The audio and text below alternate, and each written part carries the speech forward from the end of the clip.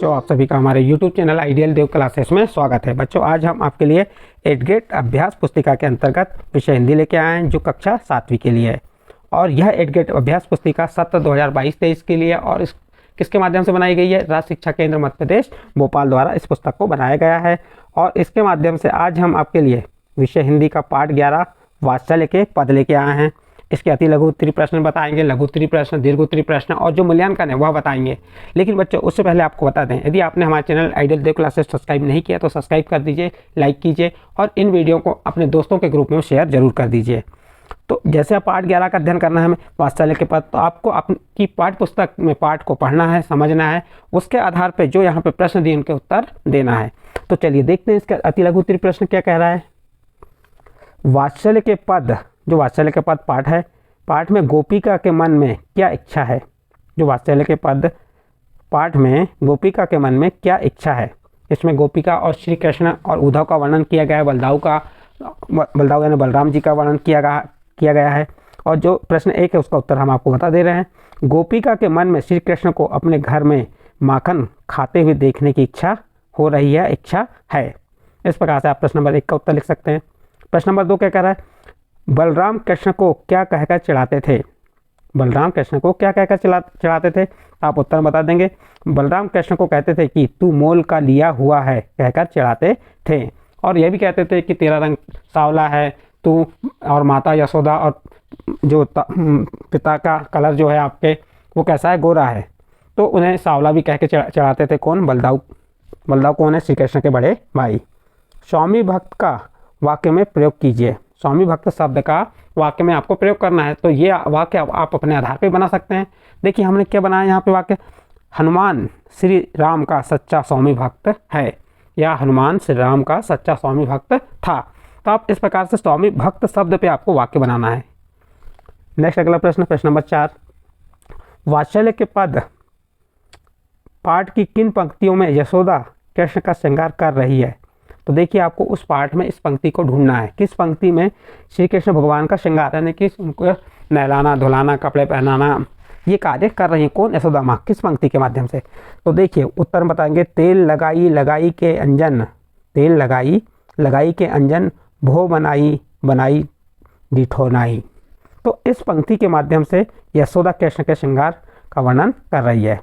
इसके बाद नेक्स्ट प्रश्न नंबर 5 देखिए, निम्नलिखित शब्दों को हिंदी मानक भाषा के शब्दों में लिखिए। ये यहाँ शब्द दिए हैं, ये हिंदी मानक भाषा के नहीं, इन्हें हमें क्या करना है?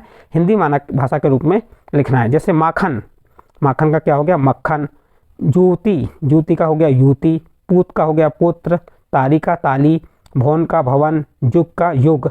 तो इस प्रकार से जो ये शब्द दिए थे, माखन, ज्योति, पूत, तानी, भवन, युग, ये अमानक शब्द हैं जो स्थानीय भाषा के रूप में बोले जाते हैं। इनको हमको मानक भाषा, हिंदी मानक भाषा के शब्दों में बदलना था। तो माखन का मक्खन हो गया, ज्योति का युति हो गया, पूत का पुत्र हो गया, ताली का ताली हो गया, भवन का भवन हो गया, युग का युग हो गया। इस प्रकार से प्रश्न नंबर 5 कंप्लीट। इसके बाद प्रश्न नंबर 6 देखिए। प्रश्न नंबर 6 में क्या कहा? वात्सल्य के पद पाठ में जो पद आपको सबसे अच्छा लगा हो उसकी एक विशेषता बताते हुए पद को लिखिए।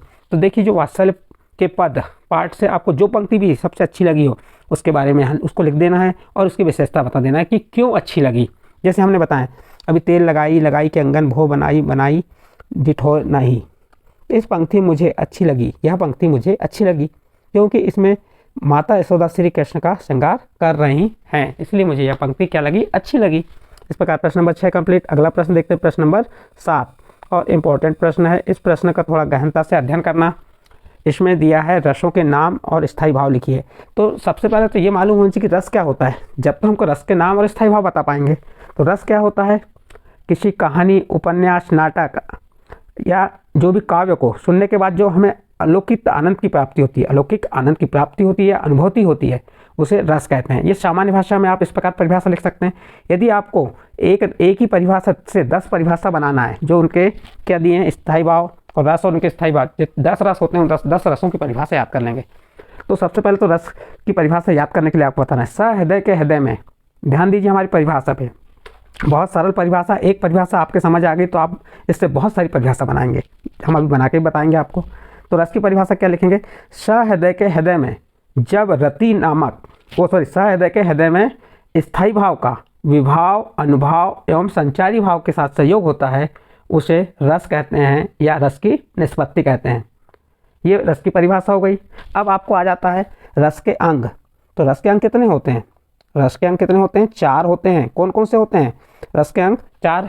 पहला हो गया स्थायी भाव, विभाव, अनुभाव एवं संचारी भाव। रस के कितने अंग होते हैं? 4। कौन कौन से होते हैं? स्थायी भाव, विभाव, अनुभाव और संचारी भाव। और रस के प्रकार कितने होते हैं? रस के प्रकार 10 होते हैं। और रस के स्थायी भाव कितने होते हैं?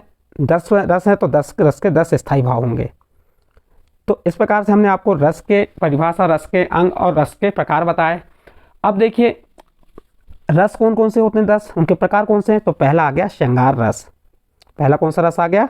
श्रृंगार रस। इसका स्थायी भाव रति होता है। श्रृंगार रस का स्थायी भाव क्या हो गया? रति। आप श्रृंगार रस की परिभाषा बनाना है तो आपको जो परिभाषा बताए थे अभी उसी से बनेगी। सहृदय के हृदय में रति नामक स्थायी भाव का विभाव, अनुभाव और संचारी भाव से संयोग होता है, उसे श्रृंगार रस कहते हैं। तो ओनली आपको रति शब्द जोड़ना है और इधर श्रृंगार जोड़ देना है रस के आगे, तो आपकी श्रृंगार रस की परिभाषा बन जाएगी। या सामान्य रूप से आपको श्रृंगार रस की परिभाषा पूछी जाती है तो आप क्या बताएंगे? सामान्य रूप से श्रृंगार रस की परिभाषा क्या होगी? तो ये होगी कि जहाँ नायक और नायिका के प्रेम का वर्णन किया जाता है उसे श्रृंगार रस कहते हैं। श्रृंगार रस 2 प्रकार के होते हैं, संयोग श्रृंगार, वियोग श्रृंगार। तो इस प्रकार श्रृंगार रस हुआ। फिर हास्य रस का स्थायी भाव हास हो गया। परिभाषा क्या बनाएंगे? सहृदय के हृदय में हास नामक, कौन सा? हास नामक स्थायी भाव का विभाव, अनुभाव एवं संचारी भाव से संयोग होता है, उसे हास रस कहते हैं। करुण रस की परिभाषा इसी प्रकार बना लेंगे। करुण रस का स्थायी भाव शोक, रोद रस का स्थायी भाव क्रोध, वीर रस का स्थायी भाव उत्साह, भयानक रस का स्थायी भाव भय, अद्भुत रस का स्थायी भाव विस्मय या आश्चर्य, विभत्स रस का स्थायी भाव जुगुप्सा घृणा, शांत रस का स्थायी भाव निवेद, शम और वात्सल्य अंतिम रस है जिसका स्थायी भाव वत्सल होता है।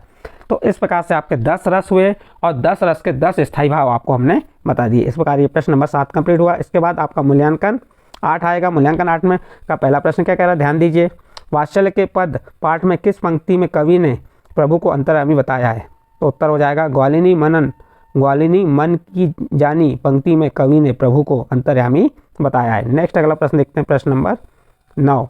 गोरे नंद यशोदा गोरी तुम कत श्याम शरीर, तारी दे दे हसत गवाल सब, सीखे देत बलवीर। पंक्ति का भाव अपने शब्दों में स्पष्ट कीजिए। आप पंक्ति को पढ़ने से ही आपके समझ आ जाएगा कि गोरे नंद, नंद जी का कलर कैसा है? गोरा। यशोदा गोरी और माता यशोदा गोरी है। तुम कत श्याम शरीर, और तुम्हारा शरीर श्याम के समान क्यों है?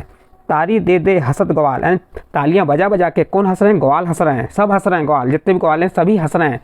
सीखे देत बलवीर, और कौन सिखाता है उनको?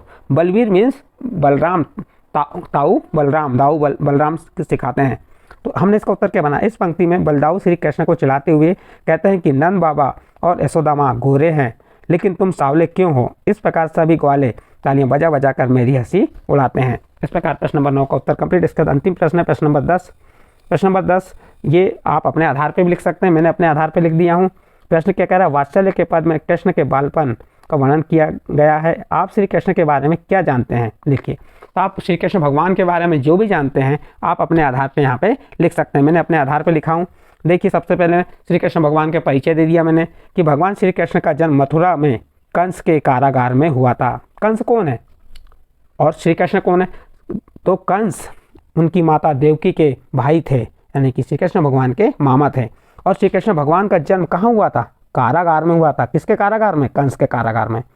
अब कंस के कारागार में उसकी माता और पिता को क्यों रखा गया, यह कहानी आप अपने दादा दादी से पूछ सकते हैं या अपने परिवार के बड़े बुजुर्गों से। कृष्ण के पिता का नाम वासुदेव था। उनके पिता का नाम क्या था? वासुदेव। और माता का नाम देवकी था। कृष्ण जो हैं देवकी के 8वें पुत्र थे। और क्या हुआ था, जब देवकी और वासुदेव का विवाह हुआ था और विवाह के समय वह जा रहे थे तो ऊपर से आकाशवाणी हुई थी। आकाशवाणी में यह हुआ था कि कंस, तुम्हें देवकी के 8वें पुत्र से तुम्हारा क्या हो जाएगा? वध हो जाएगा। यह आकाशवाणी हुई थी। इस आकाशवाणी को सुनते से ही कंस ने अपने जो जीजा वासुदेव और उनकी बहन देवकी को बंदी बना लिया। और इसी प्रकार जो उनके एक एक पुत्र होते गए तो सभी को मारते जाते। लेकिन श्री कृष्ण भगवान को उन्होंने कहाँ पहुँचा दिया था? नंद बाबा के यहाँ पहुँचवा दिया था। इस कहानी को आप थोड़ा सा पढ़ लेंगे। तो उनकी माता का नाम देवकी था। बाबा नंद एवं माता यशोदा ने श्री कृष्ण का पालन पोषण किया। हिंदू देवी देवताओं में कृष्ण भगवान का विशेष महत्व है। महत्व माना जाता है कि जब पृथ्वी पर अन्याय और अत्याचार बढ़ेगा तो कृष्ण भगवान उसको खत्म करने के लिए दोबारा पृथ्वी पर जन्म लेंगे। श्री कृष्ण के जन्म दिवस को प्रत्येक वर्ष जन्माष्टमी के रूप में मनाया जाता है। इस प्रकार से प्रश्न नंबर 10 का उत्तर यहाँ कंप्लीट होता है। यदि बच्चों आपको हमारे द्वारा जो पाठ बताया गया है यह समझ आया है तो आप हमारे चैनल आइडियल देव क्लासेस सब्सक्राइब कीजिए, लाइक कीजिए एवं अन्य ग्रुप में शेयर जरूर कीजिए।